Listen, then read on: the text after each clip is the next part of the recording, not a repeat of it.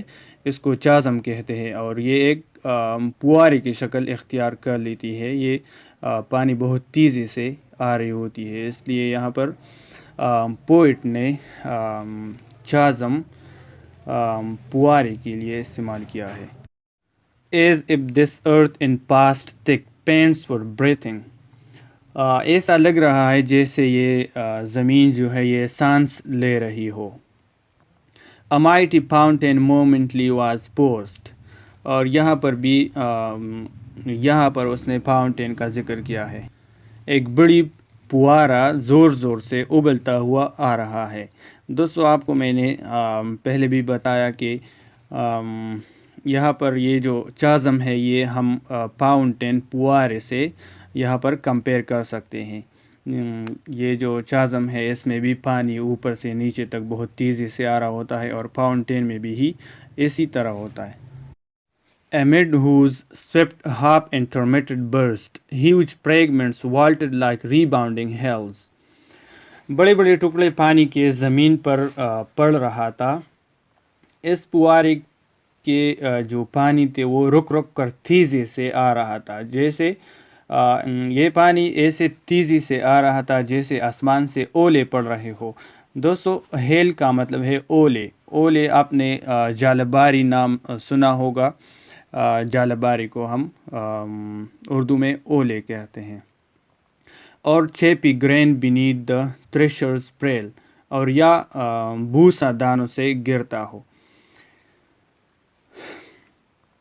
یہاں پر پوئٹ کہتا ہے کہ یہ جو فاؤنٹین ہے، یہ جو چازم ہے، اس سے یہ پانی تیزی سے رک رک کر اس کے بڑے بڑے فریگمنٹس، بڑے بڑے ٹکڑے زمین پر پڑ رہے تھے. یہ ایسے آ رہے تھے جیسے آسمان سے جالباری ہو رہی ہو، اور یا بوسا دانوں سے گر رہا ہو. دوستو آپ کو پتہ ہوگا پرانے زمانے میں جب تھریشرز نہیں تھے تو لوگ گندم کو پیٹتے تھے اور اس سے دانے الگ کر رہے ہوتے تھے، اور اس گندم کا جو بوسا تھا وہ پیٹنے سے تیزی سے زمین پر پڑ رہا ہوتا تھا. اس لیے یہاں پر پانی کے فریگمنٹس کو پوئٹ نے اس بوسے سے کمپیئر کیا ہوا ہے.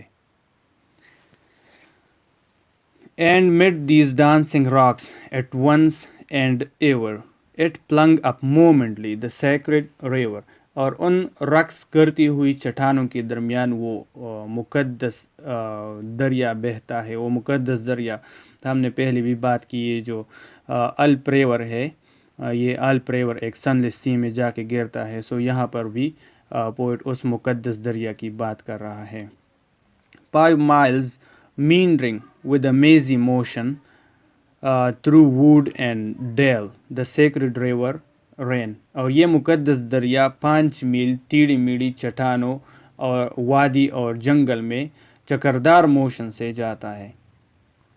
Then reached the caverns measureless to man, and sank in tumult to a lifeless ocean. اور پھر ایسے گپھائیوں سوراخوں غاروں میں سے گزرتا ہو جو انسانوں کے پیمائے سے باہر ہو، اور پھر شور کرتا ایک سمندر میں گرتا ہے. And mid this tumult, Kubla heard from far ancestral voices prophesying war. اور اس شور کے درمیان قبلہ خان اپنے آبا و اجداد کی جنگ کے بارے میں پیشن گوئی کرتا ہے. پروپیسائنگ کا مطلب ہے پیشن گوئی. The shadow of the dome of pleasure floated midway on the waves. اور قبلہ خان کی اس محل کی جو شیڈو تھے، اس محل کا سایہ اس سمندر کے لہروں میں تیرتا ہوا دکھائی دے رہا تھا. یہ جو سیکرڈ سمندر تھا، اس میں قبلہ خان کی یہ جو پلیجر ڈوم تھی، اس کی سایہ جو ہے، اس کی جو شیڈو تھی، اس سمندر کے لہروں میں دکھائی ہوئی دے رہا تھا. Where was heard the mingled murmur from the fountain and the caves. اور اس محل سے پوارے اور سوراخوں کی مکس آواز آ رہی تھی. It was a miracle of rare device, a sunny pleasure dome with caves of ice. Poet کہتا ہے کہ یہ ایک عام بات نہیں ہے، یہ ایک معجزہ ہے، یہ ایک میریکل ہے جو فاؤنٹین سے مکس آواز آ رہی ہے. A sunny pleasure dome with caves of ice. اس برفیلی کمروں کے ساتھ دھوپ روشن محل. دوستو، قبلہ خان کی یہ جو محل ہے یہ ایسی بنی ہوئی تھی کہ یہاں پر کیوز کا مطلب ہے اس محل میں جو کمرے تھے وہ برفیلے تھے، مطلب وہ بہت ٹھنڈے تھے، اور اس کے جو چھت تھے وہ بہت روشن تھے. اس کا مطلب ہے قبلہ خان کی یہ جو پلیجر ڈوم تھی یہ ایسی بنی ہوئی تھی کہ یہ گرمی میں ٹھنڈا ہوتا تھا اور سردی میں گرم ہوتا تھا. اس لیے یہاں پر برفیلی کمروں کے ساتھ دھوپ روشن محل کا ذکر کیا گیا ہے. سنی ڈوم کا اور کیوز آف آئس کی بات یہاں پر ہوئی ہے. A damsel with a dulcimer in a vision once I saw. دوستو، ڈیمسل انمیرڈ گرل کو کہتے ہیں، کنواری لڑکی کو کہتے ہیں. ڈولسیمر ایک موسیقی آلہ ہے، آپ کو اسکرین میں نظر آتا ہے، اس کو ڈولسیمر کہتے ہیں.